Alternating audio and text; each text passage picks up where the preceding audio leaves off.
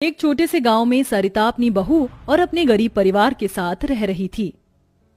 बेटा, आज हमें ये रात को सारा काम खत्म करना होगा, कल ये सारा ऑर्डर का सामान जाएगा। माँ, मैं तो कोशिश कर ही रहा था लेकिन घास ही खत्म हो गई।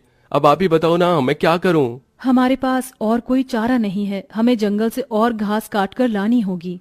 इस समय जंगल में जाने का फायदा नहीं है, कभी भी कुछ भी हो सकता है। जंगली जानवर रात के समय ही बाहर निकलते हैं। अजय बिल्कुल सही कह रहा है बहू। अरे माँ जी, हम 2 लोग अगर जाएंगे तो कोई जानवर पास नहीं आएगा, और फिर इतनी जल्दी कोई जानवर हमला नहीं करता। हमें ये ऑर्डर कल देना है, आप ये भी तो सोचिए। लेकिन बहू। माँ जी, आप चिंता मत कीजिए, कुछ नहीं होगा। बस आप बच्चों के पास ही रहना और उनका ख्याल रखना। अगर ये ऑर्डर नहीं गया तो बच्चों के लिए हम गर्मी से बचने के लिए कूलर भी नहीं खरीद पाएंगे।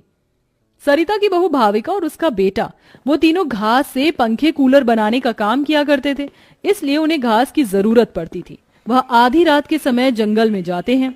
भाविका, जरा से भी हलचल हुई तो मुझे बता देना, कभी भी कुछ भी हो सकता है। ठीक है जी, मैं आपको बता दूंगी। अजय और भाविका दोनों ही जंगल में घास काट रहे होते हैं, तब उन्हें झाड़ियों से आवाज आने लगती है। क्या तुमने भी वहां से कोई आवाज सुनी है? हाँ जी, मैंने भी सुनी है। मैंने तुम्हें कहा था ना, इस समय आना ठीक नहीं है। चलो देखते हैं उधर क्या है। भाविका और अजय झाड़ियों के पास जैसे ही जाते हैं, उन झाड़ियों के पीछे से एक आदमखोर भेड़िया निकलता है। भाविका, भागो यहाँ से, यहाँ पर तो बहुत खतरनाक भेड़िया है। अजय और भाविका दोनों अपनी जान बचाकर भागने लगते हैं। अजय, अब हम लोग क्या करें? कहीं भेड़िए ने हमें खा लिया तो? रुकना मत, बस भागती जाओ। भागते भागते वो दोनों जंगल से किसी तरह बाहर निकल आते हैं और भेड़िया उनका पीछा छोड़ देता है। जान बची तो लाखों पाए, लौट के बुद्धू घर को आए। रास्ते में चलते हुए आधी रात के समय उन्हें गांव के एक कूड़े के ढेर के पास एसी पड़ा हुआ नजर आता है। अरे देखो जी, यहाँ पर एसी पड़ा है। अरे पता नहीं किसका होगा, चलो यहाँ से चलते हैं। मुझे लगता है किसी ने ऐसे ही डाल दिया होगा। मैं तो कहती हूँ इसे लेकर चलते हैं। भाविका अजय को एसी ले जाने के लिए मना लेती है, जिसके बाद वो दोनों उस एसी को घर ले आते हैं। तुम दोनों तो घास लेने गए थे, ये क्या लेकर आ गए हो? ये हमें रास्ते में पड़ा मिला।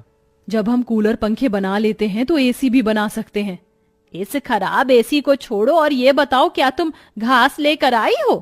सरिता के ये बोलने के बाद जंगल की दुर्घटना के बारे में दोनों बताते हैं, जिसे सुनकर सरिता हैरान रह जाती है। अच्छा, इसका मतलब बहुत बड़ी मुसीबत से बचकर आए हो तुम दोनों, और साथ में ये कचरा उठाकर ले आए। वह तीनों बहुत ज्यादा परेशान हो जाते हैं। कल का ऑर्डर पूरा करने के बाद उन्हें कुछ पैसे मिल जाते, लेकिन घास न होने की वजह से उनका ऑर्डर पूरा नहीं हो पाता और वह ऑर्डर कैंसिल हो जाता है। अगले दिन उनके टूटे फूटे घर के अंदर धूप की किरणें आने लगती हैं, जिससे बहुत ज्यादा गर्मी हो जाती है। हे भगवान, कितनी गर्मी लग रही है, घर में पंखा भी नहीं चल रहा है। मुझे भी बहुत गर्मी लग रही है। पिताजी पिताजी, हमें बहुत गर्मी लग रही है, हमारे घर में एक पंखा भी ठीक से नहीं चलता। बेटा, थोड़ा सा सब्र रखो, कुछ दिनों में मेरे पैसे मुझे मिल जाएंगे, तो मैं घर के अंदर एक अच्छा सा पंखा लगवा दूंगा। हमारा वो ऑर्डर तो कैंसिल हो गया, लेकिन सुबह में घास ले आई थी मैं। चलिए गांव वालों के कूलर और पंखे में घास लगा देते हैं, उससे कुछ तो पैसे आएंगे। हाँ, तुमने सही कहा।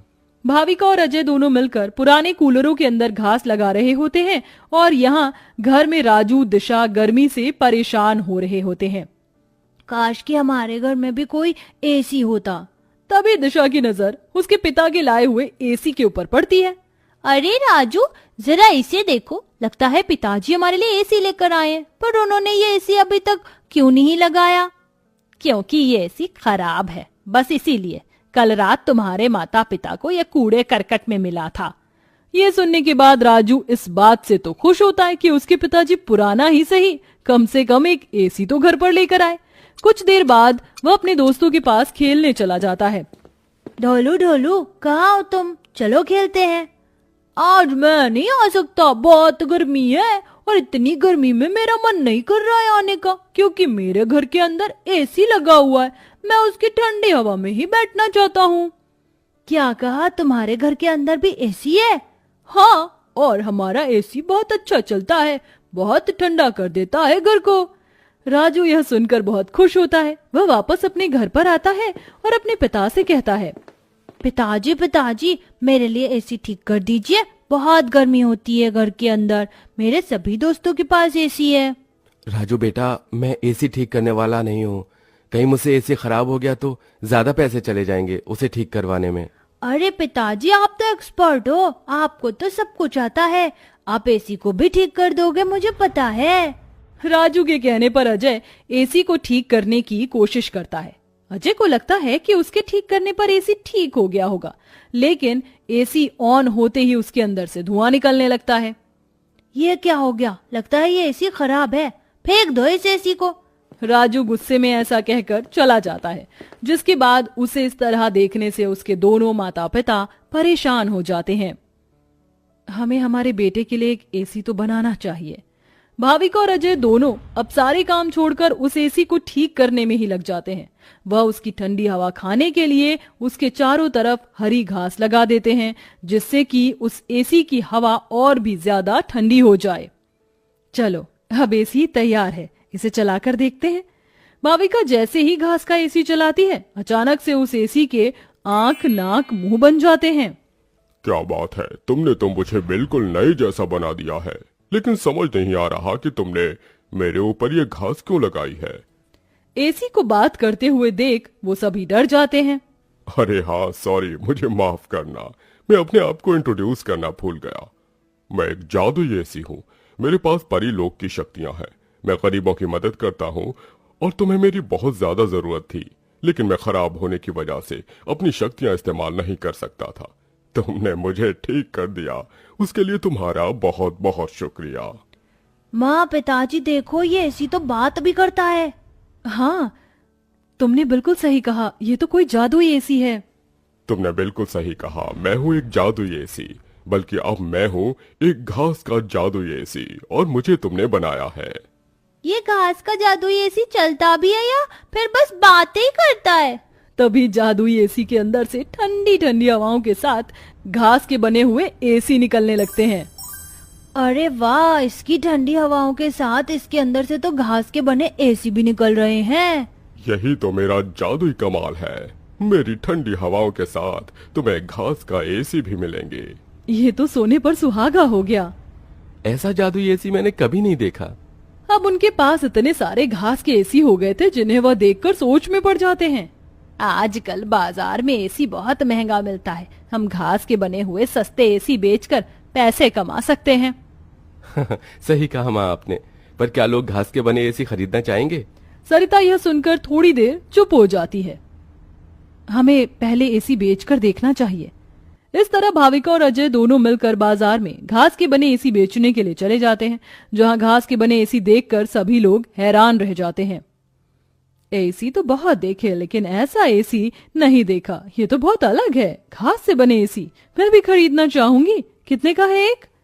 ज्यादा नहीं, मात्र 1000 रुपए का है। आजकल एसी 30-40 हजार तक मिलते हैं और तुम इतने सस्ते में बिल्कुल कौड़ियों के भाव बेच रहे हो। चलो मुझे एक दे दो। कोमोलिका के खरीदने के बाद वहां और भी लोग उन दोनों से एसी खरीदते हैं। इसी के चलते उनकी अच्छी खासी बिक्री हो जाती है और सारे एसी बिक जाते हैं। आज का ये आखिरी एसी बचा है, इसे मैं अपने घर में लगाऊंगा। अजय घास का एक एसी अपने घर में भी लगा देता है और घास के जादुई एसी का इस्तेमाल वो बस तभी करता है जब उसे एसी बेचने के लिए पैसे चाहिए होते हैं। जादुई घास के एसी, अपनी ठंडी ठंडी हवाएं दो, जिससे मुझे तुम्हारे जादुई घास के एसी मिले। अजय के इतना बोलते ही जादुई घास के एसी के अंदर से ठंडी ठंडी हवाओं के साथ घास के बने एसी निकल आते हैं। इस तरह धीरे धीरे अजय अपना घास के बने एसी का बहुत बड़ा बिजनेस खोल लेता है और धीरे धीरे उसकी सारी परेशानियां खत्म हो जाती हैं।